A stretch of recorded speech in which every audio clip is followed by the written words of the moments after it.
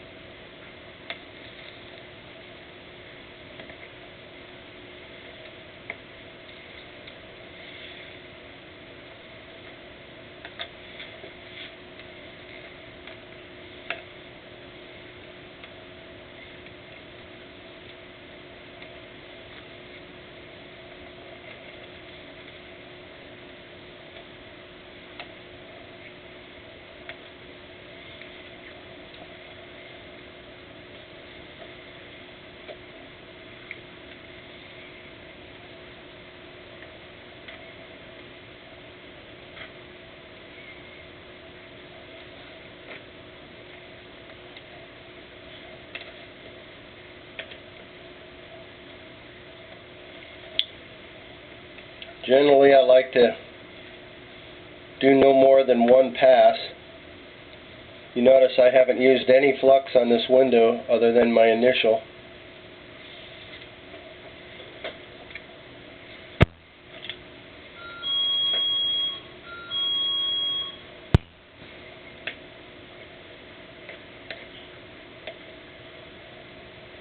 You only get 2 or 3 passes before your flux burns off, and then you've got to flux again. My iron is getting cold because I push it so quickly that I'm dissipating the heat right away because I solder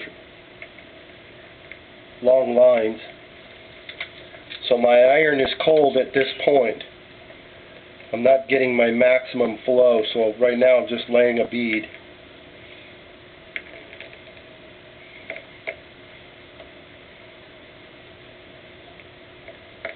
In other words, the iron is not recovering as fast as I'm soldering.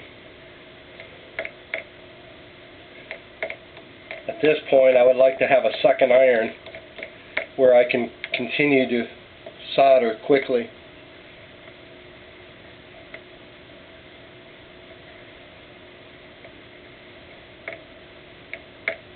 Taking my time right now, so it's building up its heat. Ideally, we need to let it sit for a moment.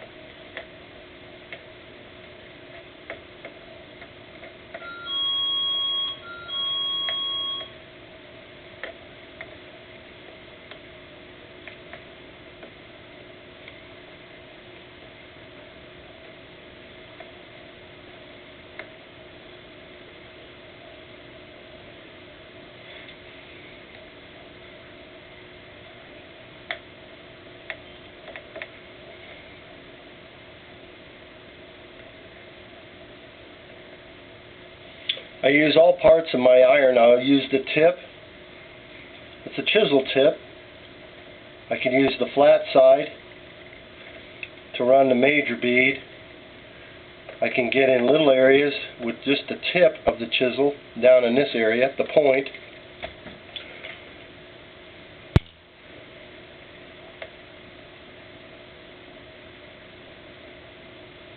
This is just a cheap iron. It's an inland, maroon and white. 100-watt iron, 20 bucks, 20 to or thereabouts. And for me, for the bang per buck, it's the best iron right now, I believe. For $20 or thereabouts and get cheap tips. It's not the best iron by far, but it works for me the best.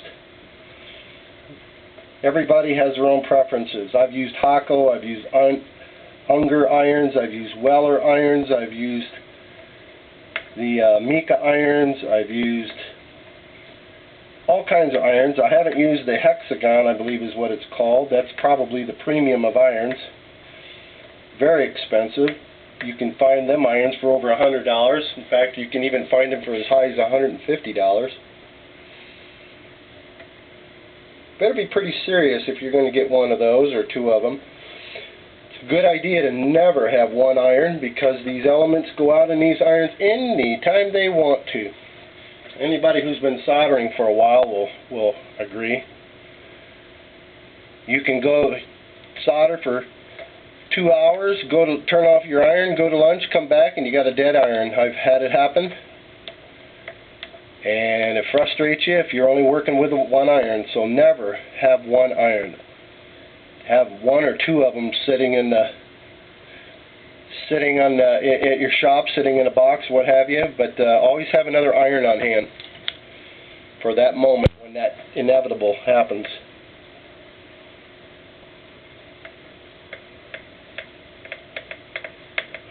This is a real thick bevel, and the glass is not as thick as the bevel, so I like to build it up, take my time, build it up, let it cool, come back. What's important is to not break your glass by staying in an area too long. If you're going to spend some time in an area, get out of that area, go somewhere else on the window, come back when the glass is cooled down, and then you reduce your risk, your odds of breaking the glass from heat. This iron is extremely hot. Some of these irons get to be upwards of 800-900 to even 1,000 degrees. So when you're talking room temperature glass of 70-80 degrees and you're talking $1,000 contrast, it's a shock, and you can break glass all the time very easily. In fact, without even trying, you can bust glass. Well, the next step now is to solder the back, flip it over, put my edge on, and that's another video. So thank you.